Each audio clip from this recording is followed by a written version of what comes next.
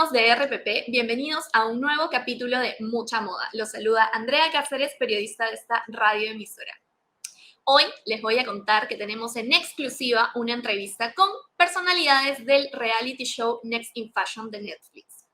Vamos a hablar con el conductor y diseñador Tan France y el ganador del reality show, Nigel Xavier. ¿Qué les parece si vamos a ver la entrevista que les hice? Hi, Nigel. Thank you for this interview. It's amazing. In your work, the denim is very important. You use it to create new pieces. There is a combination between the nostalgic and the new. How did you find that path, that style? It really just came to me naturally. I just, that's kind of how I got into fashion. I really just didn't have money for clothes, and I just seen my outlet really just being the clothes that I have already. And then I just reworked it. And my medium a lot was denim, knits and things like that. So it really just evolved as I kind of studied at college. And then from there, it developed even more. Okay, and tell me, who are your reference in the fashion industry at the moment of you create patchwork? Honestly, it really was just me just trying to be different. I really wasn't into fashion in the sense of watching fashion designers in that time, when I first started. It was really just me trying to be different. After winning the show, the competence, which are your next steps? First steps is finding where I'm going to be based in. Right now I'm going through a move, so that's my first steps, trying to get some products to people as soon as possible, and then building a team and, just taking it to the next level as far as building a fashion house. And now I have a question for Tam. What have you learned after 2 seasons of Next in Fashion? I learn on any project I'm hosting or any project I'm a part of. And for this season in particular, for season 2, I learned so much more about creativity. I loved season 1 and was so proud of season 1 of Next in Fashion. However, everybody that was on season 1 was a seasoned designer. They'd been doing this for a heck of a long time. With our contestants or our designers on season 2, everyone felt so much fresher, and therefore their unique point of view was something that I learned. A lot of our designers are younger. I am now, unfortunately, middle-aged.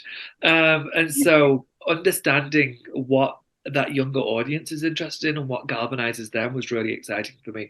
So yeah, and also going forward with any project I have is what do I learn? I'm hoping that I relearn how to enjoy the process.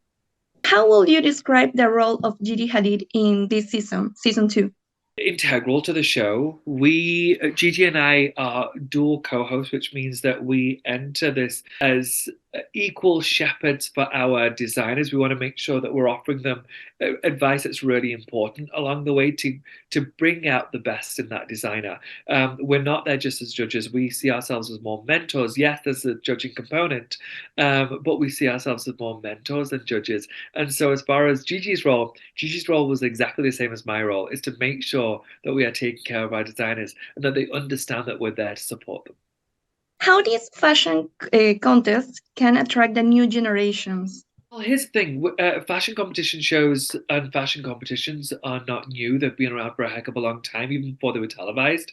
And so I'm hoping that with each year, decade that we see them, that the younger generation who maybe hadn't applied for them prior to that application will see that as an opportunity for themselves. So, for example, the people who are applying for our show were probably way too young to be applying for other networks competition shows 15, 20 years ago. So what I see is that they have an opportunity. Finally, they've aged in, they've had some experience in the industry, and now they think it's their moment. I think a competition show or a competition in fashion in general is a wonderful experience for any new designer. If I had the opportunity when I was a kid, I would have been so excited. Yeah.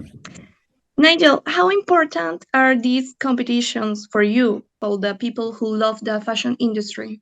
I think it's a huge experience, an opportunity, I was able to be seen globally from just building this at my, in my apartment at the time, my studio apartment, and to put it on such a mass level and be in front of, people like Tan, Gigi, Donatello, Olivier, that's what anybody would, ask for, coming up in this business.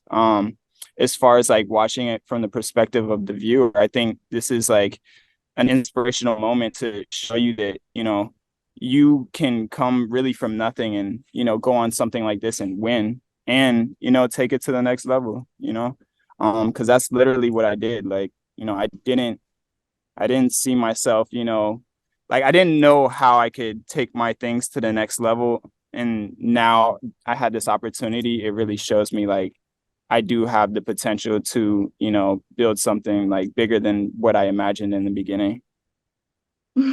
Yeah, that's amazing. The final question is, a new edition of the Met Gala is coming. What do you think about this event? The theme dedicated to Karl Lagerfeld. Met Gala is the time to show up. You know, I would love to be a part of it. I didn't get hit up this year, but you know, next year maybe they see a vision for me.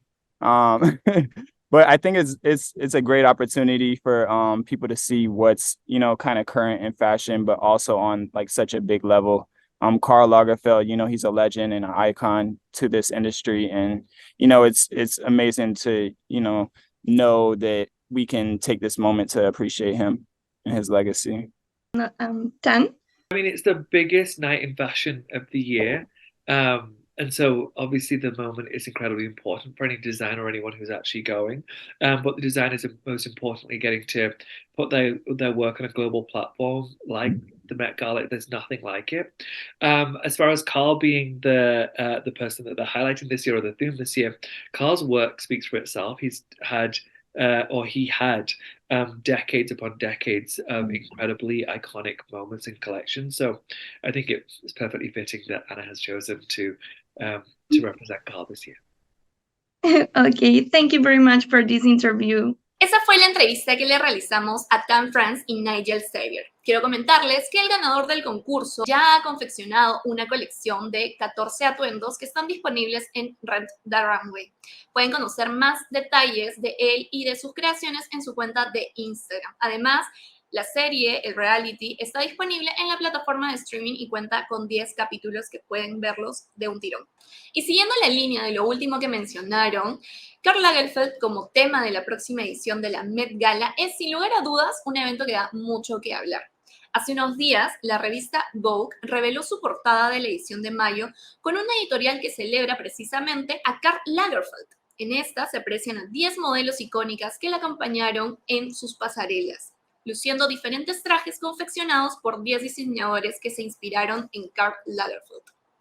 Algunas de las modelos que se aprecian son Gigi Hadid, Naomi Campbell, recuerden que ella es una veterana en la industria del modelaje, Natalia Bodianova, Kendall Jenner, entre otras.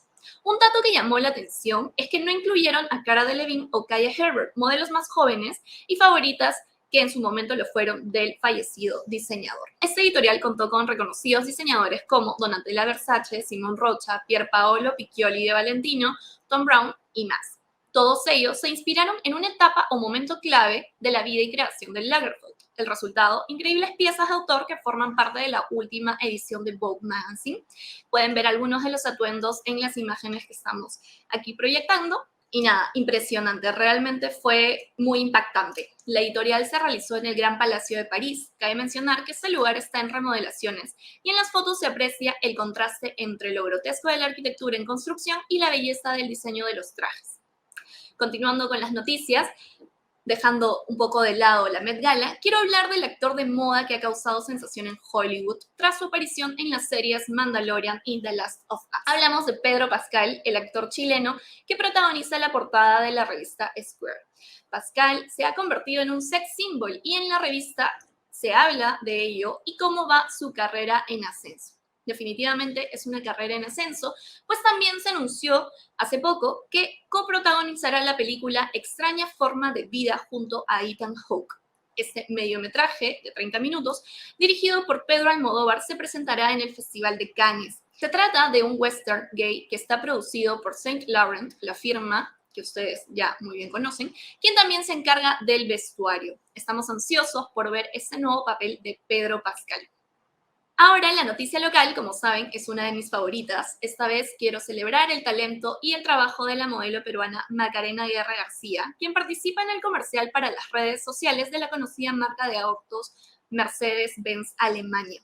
Las fotos y el video, como pueden ver en las imágenes, fueron grabadas allá. Se ve a Macarena luciendo un atuendo de los años 70, si mal no recuerdo, en la que ella está conduciendo un vehículo de esta firma de autos. Conversamos con Macarena y nos comentó que si bien ella reside en París, la modelo trabaja con una agencia ubicada en Stuttgart, localidad alemana, quien se encargó de presentarla a la marca para el comercial. Esto fue grabado en noviembre del año pasado y recién ha visto la luz. Celebramos definitivamente su éxito, pues es difícil abrirse paso en el extranjero, pero es gratificante ver que más peruanas triunfan en Europa y principalmente en la industria del modelaje. Macarena también nos contó que pronto se revelará otro comercial para Mercedes-Benz París. Que vengan muchos más éxitos para Macarena. Ahora quiero hablar también de un espacio que me gusta mucho en el programa, que es el emprendimiento de la semana. Este es un espacio en el que recomendamos marcas locales que se dedican a la industria de la moda. Vamos a verlo.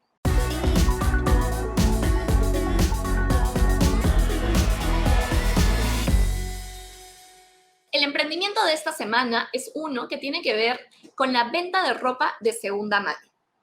Se trata de Querido Hábito, una plataforma online que busca darle una nueva vida a las prendas y accesorios de moda. En su página web se pueden encontrar artículos de diseñadores peruanos y extranjeros, además joyas vintage y mucho más. Querido Hábito nos da la oportunidad para contribuir a reducir el impacto ambiental de la industria textil. ¿Qué les pareció? ¿Se animan a comprar ropa de segunda y darle una nueva vida a las prendas que perdieron ya su trayectoria con otras personas? Déjennos saber en los comentarios. Eso ha sido todo por hoy. Muchas gracias por sintonizar Mucha Moda en YouTube de RPP. No olviden suscribirse a nuestro canal y seguir todas las noticias en la web y en las redes sociales. ¡Chao!